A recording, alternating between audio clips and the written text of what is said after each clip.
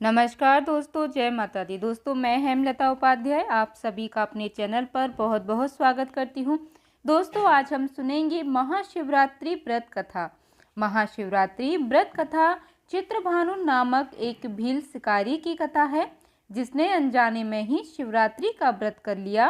रात भर जागते हुए चित्रभानु ने अनजाने में ही महाशिवरात्रि पर शिव जी के ऊपर बेल के पत्ते अर्पित किए, जिसके पुण्य से वह शिवलोक में स्थान पा गया। महाशिवरात्रि के दिन इस कथा का पाठ करने से व्यक्ति के पाप कट जाते हैं और शिवलोक की प्राप्ति होती है। महाशिवरात्रि के व्रत में शिवरात्रि के दिन कथा को पढ़ना अथवा सुनना बहुत ही फलदायी होता है। शिव पुराण में भी इस व्रत की महिमा बताई गई है। शिव पुराण के अनुसार जाने अनजाने में भी जो मनुष्य और जीव महाशिवरात्रि का व्रत कर लेता है, वह शिव कृपा का भागी बन जाता है और उससे यमराज के दूत भी दूर रहते हैं। इसलिए महाशिवरात्रि व्रत में शिव भक्तों को महाशिवरात्रि की इस कथा का पाठ जरूर करना अथवा सुनना चाहिए। तो चलिए दोस्तों, हर हर महादेव बोलते हुए कथा को श्रवण करते हैं। पूर्व काल की बात है। चित्रभानु नामक एक शिकारी था। वह शिकार करने अपने परिवार का पालन पोषण करता था। उस शिकारी पर साहूकार का काफ़ी कर्ज था, लेकिन वह उसका कर्ज समय पर नहीं चुका पाया। फिर साहूकार ने शिकारी को शिव मठ में बंदी बना लिया। जिस दिन उसे बंदी बनाया गया, उस दिन शिवरात्रि थी।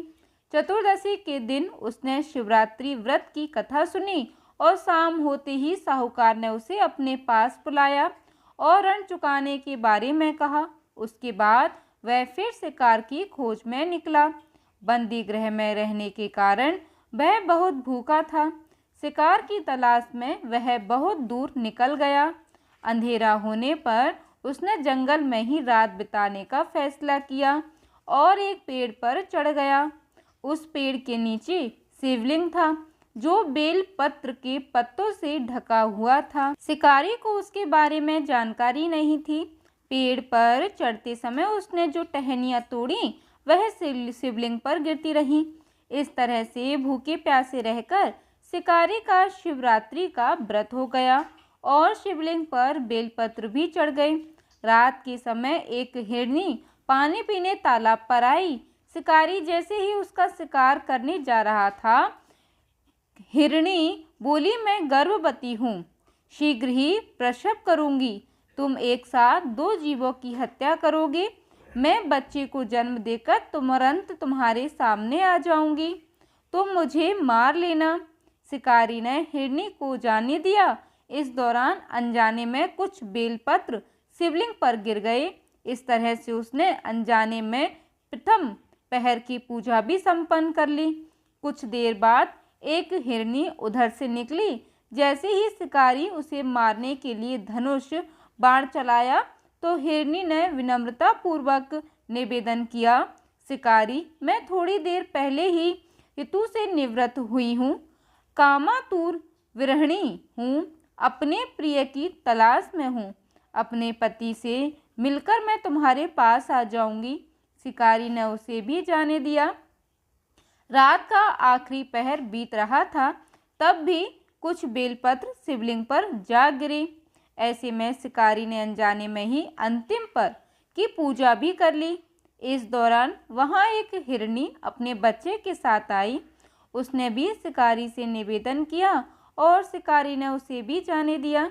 इसके बाद शिकारी के सामने एक हिरण आया। शिकारी ने सोचा, अब तो मैं इसे यहाँ से नहीं जाने दूंगा, इसका शिकार करूंगा।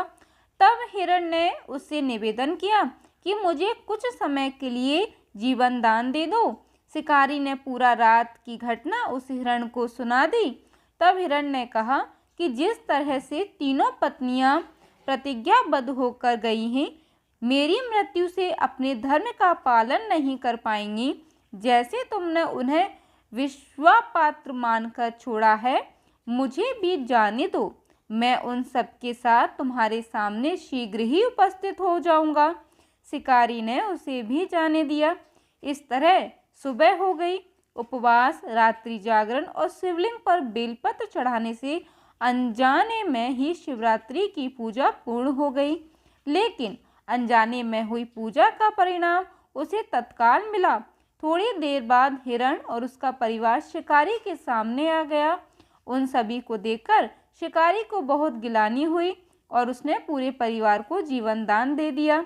अनजाने में शिवरात्रि का व्रत का पालन करने पर भी शिकारी को मोक्ष की प्राप्ति हुई।